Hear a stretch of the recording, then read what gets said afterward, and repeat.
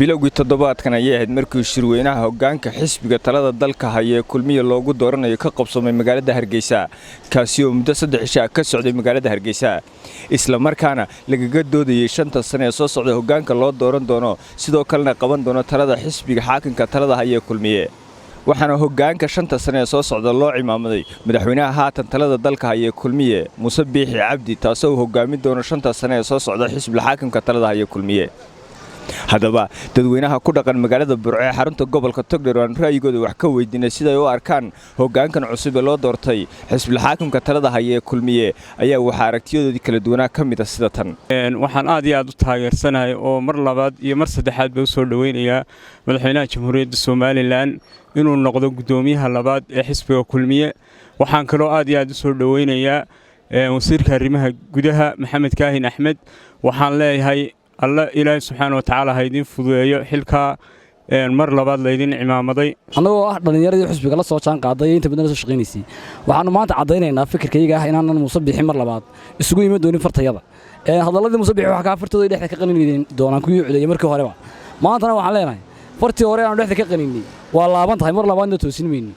ما أنت وحنا كتشينا مصير كيجا يركع أنا مر لهين يعدي أنا عد كيجا سين لهين أنا قاعد بقول سنة هنا حوي هذا أنا ما أنت كلما سعنا وحا أدوده مقارصة أركان أدوده حسبنا درجي حنيها كلام بحضي يا تكرجع أو تريصي تكرجع أو عذاب عملنا عيش. حوينا مصبح ومدحوين دلك ويان هدي وجانكم لا دورتي قدومي هند وقدومي هلا دورتنا وحنبلينا يا. مركور وجانك حسب كلمية مدحوينها أنا قرنك جمهورية الصومال مدن مسبح عبدي. وحنفري هذا مركل بعد لا دورته قدومي حسب كلمية نبيهاي. مركور وان تاجر سنة. maadaama markii hore ahaa gudoomiye xisbiga kulmiye una taagnaa murashixii madaxweynenimo 2017 maanta aynu taaganay 2020 madaxweynaha Jamhuuriyadda Soomaaliland uu yahay waan ka xumay maanta inuu dib isu soo sharxo yiraahdo waxaan u taaganahay shagadii gudoomiyenimada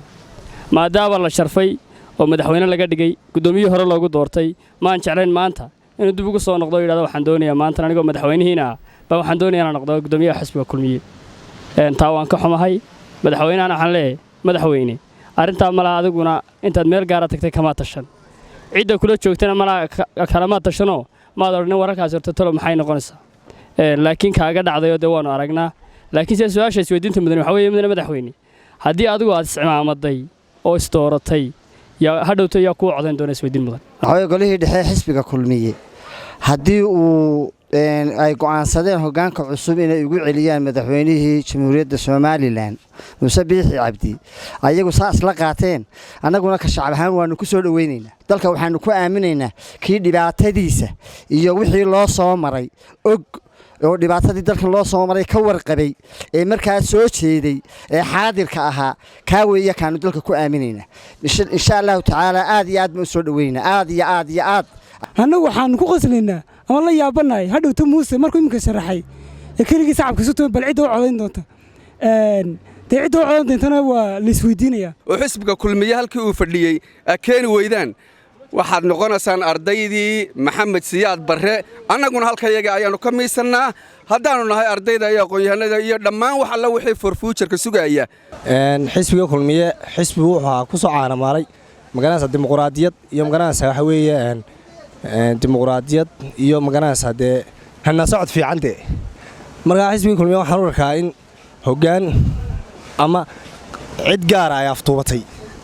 marka waxa weeye anu ka soo horjeeda hoggaanka cusub ee xisbiga kulmiye doorta waana dhabbadu ku burburi la xisbu Nuux Maxamed Cabdi Badda Aston 4 TV Burco